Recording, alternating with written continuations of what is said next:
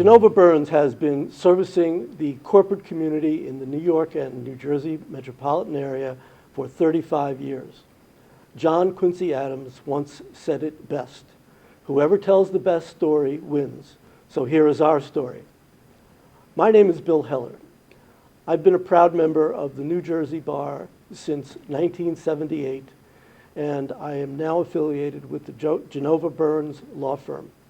I'm proud to be affiliated with the firm, which covers almost every area of the law that any corporation would need, especially when it comes to the World Cup, which is coming our way in the New York metropolitan area real soon.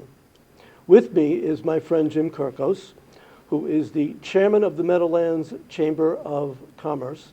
And during our conversation today, we'll talk about some of the business and legal issues that companies may face. So first, let me start by asking Jim, how did we get the benefit of being awarded the World Cup? Well, first of all, thank you for having me, Bill. It's a great conversation. We're immensely excited by the idea of having World Cup be a part of this region coming here to MetLife Stadium in 2026. And the process is a long process. It started back about 5.5 years ago when the United States and Canada and Mexico participated in a joint bid to FIFA for us to be the countries that would host the 2026 World Cup. And then we were successful at being awarded the North American bid. It was a joint 3-country bid. And then the process then evolves into venues. So now once it comes to North America, Mexico, Canada, and the United States, now how do we figure out whether we could become one of the venues here in the New York, New Jersey marketplace with MetLife Stadium? And so the bid process is arduous, but it's one that you just need to be at all the time. Luckily enough, we know how to do big events in this region. MetLife Stadium and its team is a pro at doing big events, and so we have a little bit of historic knowledge on how to go about that process. Terrific. Thanks. Thank you, Jim. When that process was ongoing, I was in my previous employment as the Senior Vice President and General Counsel of the New York Giants, and in that role, I was familiar with and participated a little bit in the process that Jim has just described. Jim, what was key in the process in getting the award?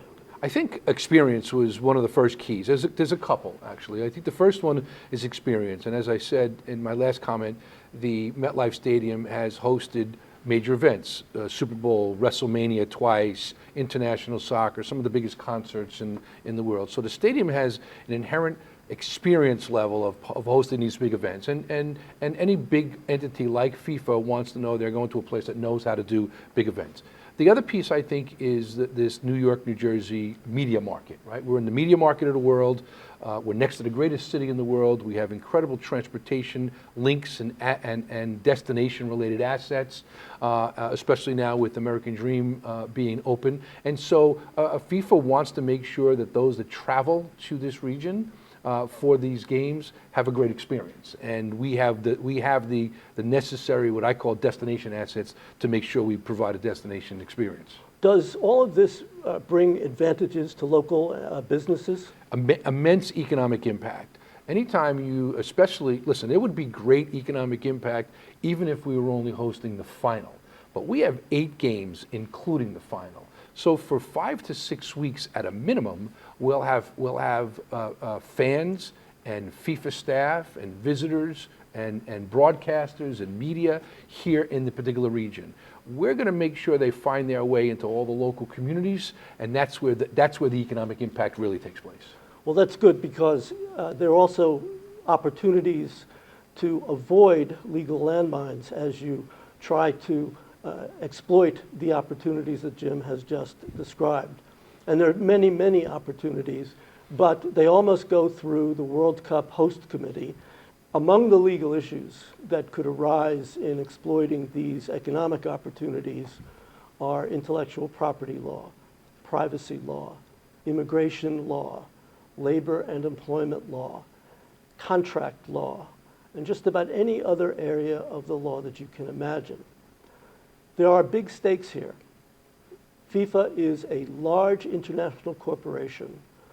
I'm not sure of this, but I believe the contract with the MetLife Stadium corporate entity reads something like 70-plus pages, and I think that's single-spaced. So it's very thorough. I encourage you to get in touch with the Genova Burns firm. We are the go-to firm in New Jersey for World Cup issues.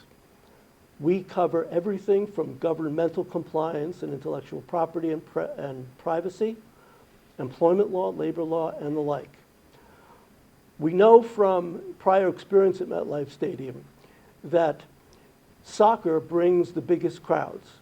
MetLife Stadium's capacity is about 82,500. And when soccer is played in the stadium, just a normal match, the stadium is packed. That creates traffic issues for the state police and fans. That creates issues about alcohol compliance and the like. And it creates issues allowing the opportunity to local business to advertise their name and brand in front of a huge crowd. Jim, what's your comment on what I just said? So I think first of all, our job is to be, as an organization, the Chamber and our Visitors Bureau, our job is to make sure that businesses of all sizes, and particularly small businesses who don't really have a full understanding of the complexities of all the different legal issues that you mentioned.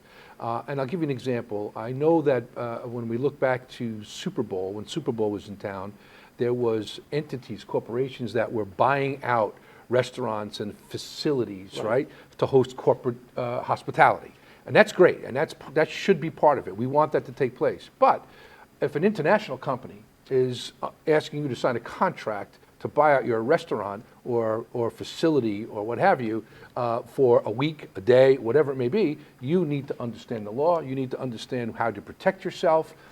We certainly want you to have that business. We're encouraging it. We'll help promote it. But at the end of the day, we want you to be safe. So making sure we get the expertise that Genova Burns offers into the hands of all types of businesses is critically important, because we want them to be smart at winning that business. Thanks, Jim. You know, what you just said reminds me that insurance issues and alcohol compliance laws also will come into play as these restaurants or venues host private parties or even public events.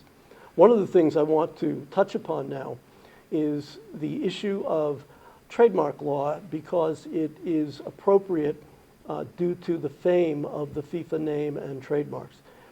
You probably have seen over many years that when advertisers do not have permission of the NFL to use the words Super Bowl, a radio station or TV will say, "Come to the big game."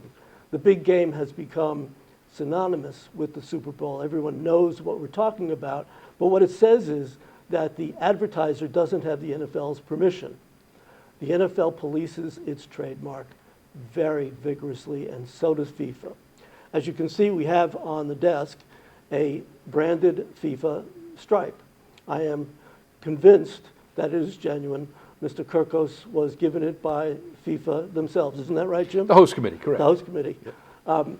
So while you have the opportunity to advertise your brand and get eyeballs on your name and brand, be aware of how you do that. Get the advertising copy vetted before you advertise, and that includes especially on the internet or other digital media. This is especially important for local and small businesses in our area, because many times they will do things in good faith, but without seeking the advice of counsel. If a local restaurant decides to advertise that it's available for FIFA events, can it use the FIFA name and trademark? Well, that depends on how it uses the name. And this gets into issues of trademark infringement and fair use, which is a defense to trademark infringement. And it's something that the Genova Burns firm can assist with to keep you out of trouble. In addition, we have a number of transportation companies who are members of the Meadowlands Chamber. The business opportunities for them are immense. but likewise in the transportation industry, there are a lot of issues, legal issues, that they have to address. Jim? Yeah, no, I think, Bill, what you're saying is critically important, and what the work that we're doing as an organization is to work with FIFA and especially the host committee on getting those permissions for some branding rights, and we've asked the host committee to produce a logo or some branding material that they can broadly use in the community, and that we would help disseminate to businesses that says, okay, you may not be able to use the main FIFA logo for the event, but you can use some version of it that they provide to us, so that we don't have to go through the machinations of having businesses receive cease and desist letters and having to take down a web page or a social media post because they're anxious and supportive. And so we're working on that right now. I feel confident that we will get to a place like that, but we're going to need to continue, Bill, you and I are going to need to continue to make sure we're putting this information in the marketplace and make sure businesses have the awareness. And the greater amount of business that you do will require the greater amount of legal sophistication. Sure. Yeah, of course, you'll call us about the license agreement. Of course. What Jim just said calls to mind another issue. Should you get a cease and desist letter, don't ignore it. FIFA is the big dog in the room, and they will pursue a cease and desist letter that is ignored. There are ways to resolve those kinds of conflicts without litigation, arbitration, or mediation. And one of the things in which Genova Burns excels is dispute resolution. We try to keep our clients out of litigation, but if they have to litigate a case, we're ready to do so. Jim, what is the economic impact that the World Cup games will have to our area? So while I would love to give you a dollar value, FIFA themselves have indicated that the economic impact to the region and to New Jersey could be in excess of $2 billion. And so my job and our job is to make sure that New Jersey and for me, especially the greater Meadowlands area, gets as big of a chunk as possible of that.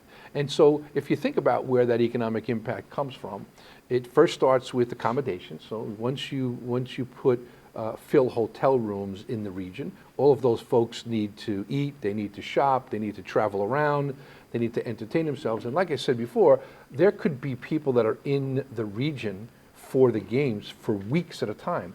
You know, this is not an event where, even like Super Bowl, where somebody comes in 2 days before Super Bowl and leaves the next day. We expect people to be here on extended stays, and we actually expect the hotel community will have 3, 4, 5 day minimums to their hotel stays, and so people will be here longer. That's a great opportunity for us to make sure we're moving those visitors and we're getting them into all the local eateries, the local attractions, the local entertainment spots. And so we think the economic impact is going to be huge. We think New Jersey is going to be a big winner, despite the fact that a lot of media attention is always on New York. Sure. We are hosting the game right here, and we're better and smarter now than we've been in the past about how to attract visitors to the New Jersey side of the river. For sure. You know, Jim's comment raises two issues on which I'd like to comment. The first is the people who will be visiting. In large part, they're going to be foreign individuals traveling into the United States to enjoy the games, and probably for these extended stays, just as Jim mentioned. What we need to remember as businesses working with these customers and clients is that their culture and their norms may be different from ours. And the best advice we can give is take the experience you have obtained in your employment law compliance here in the U.S. and treat each visitor, each client, each customer as you would an employee under the employment laws of New Jersey and the federal government. The second thing I want to mention is this. A lot of people are surprised to hear this, but if you're entering into a contract with foreign visitors to our country, you may be dealing with people abroad. In the United States, there's something called the Foreign Corrupt Practices Act, and it applies to almost every business in our area.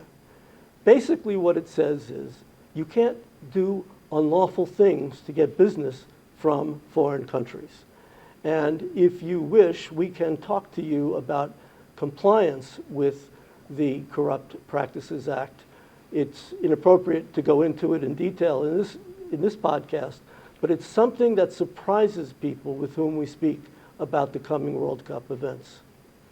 I'd like to address a little bit the international protocols, because it's a really good point, Bill, and the things that we need to make sure of. And we're telling our members and businesses that they need to educate themselves to the potential languages. Even our own website's is going to be translated in 4 or 5 languages. Our visitor website will be in 4 or 5 languages. But you said something that was really appropriate, and that was About time. and that was, we need to provide a great experience. You know, if you think about economic impact, we always think about the now, right? So people come in during the games, but we have an incredible opportunity to showcase our region, not only for now but for the future. This is our opportunity to really put out a menu of all the things that people can do here. Not only do we want them staying in our region when they come for World Cup, but we want them to come back.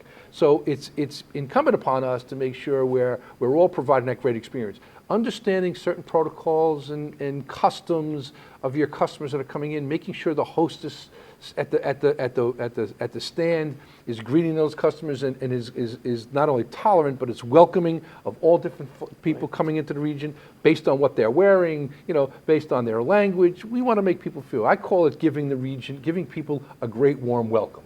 If we practice that, then the economic impact of the games and subsequent to the games will be immensely successful for us. For sure. You know, when I talked about brand extension and advertisements before, it ties directly into what Jim just said, because you want to increase the goodwill of your business by dealing with FIFA, by dealing with all of the people who will be visiting for the games.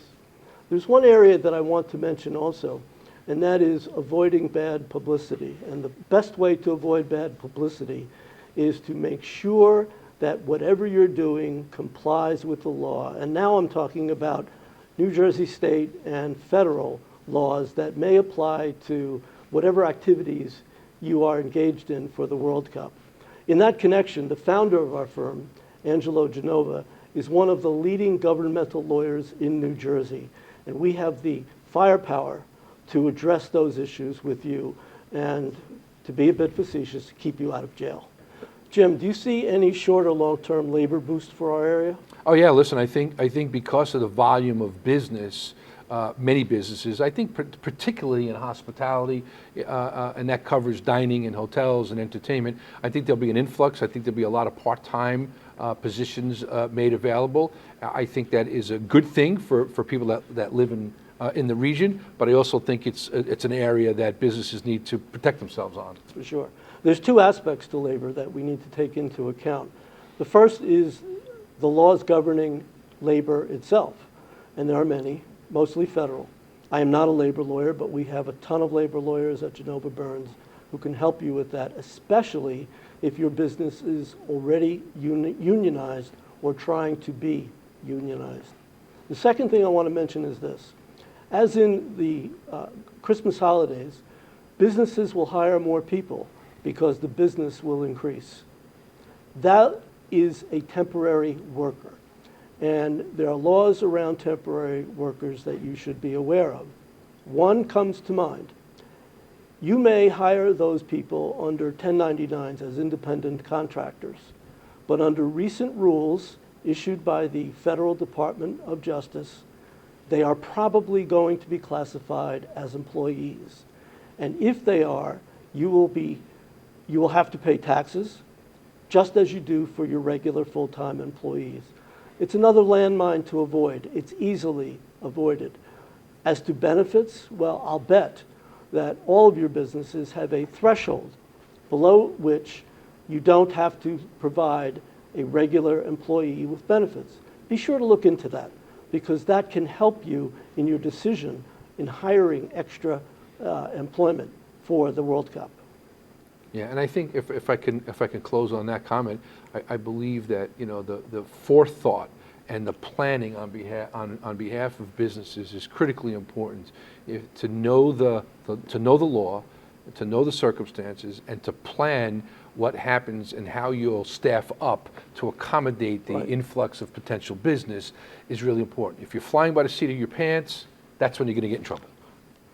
You know, the thing I'm most excited about the World Cup is the fact that, unlike the NFL and baseball, the soccer players wear the coolest jerseys. And buying some new jerseys is going to be a lot of fun. Jim, how about you? So my experience with international soccer and World Cup soccer dates back to 1994 when we hosted the 94 World Cup here. And as a member of the organization back then with my hospitality business, I was part of the Chamber's efforts back then. And my son was playing soccer, so I became a soccer lover.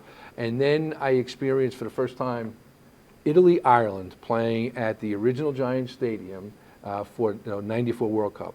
And for 3 hours, the Irish fans were chanting in the stands, "You'll never beat the Irish, you'll never beat the Irish." It was amazing. It was an amazing experience for me. So I'm excited by the passion and the excitement that soccer fans, international soccer fans bring. And quite frankly, Americans have embraced it. They sure have. Right? You know, MLS has got 25 soccer-specific stadiums in the country now, Sure. maybe more. I may have lost count.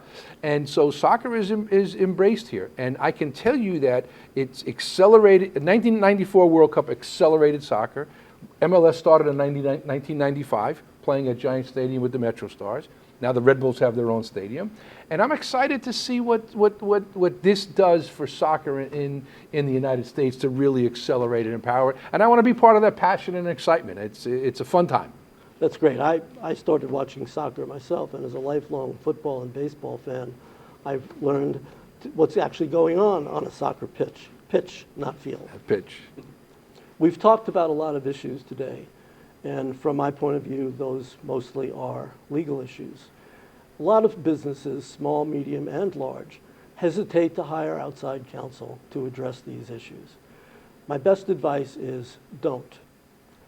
We can help you. The cost of a lawyer will be dwarfed by the costs you incur in penalties, litigation, governmental investigations, and the like. So this is a business decision to hire counsel. And if you do, at least you can reduce the risk of legal problems arising from this great economic opportunity. Thank you for joining us. I hope you'll tell people about our podcast so that they too get the benefit of the wisdom we've tried to send your way. Jim, thank you very much for your input. We wish you a lot of luck in helping us get the economic impact that you've described. I am, as I said before, I am Bill Heller, partnered with Angelo Genova, whom I've known for 50 years, and if he ever gives me crap, I know things.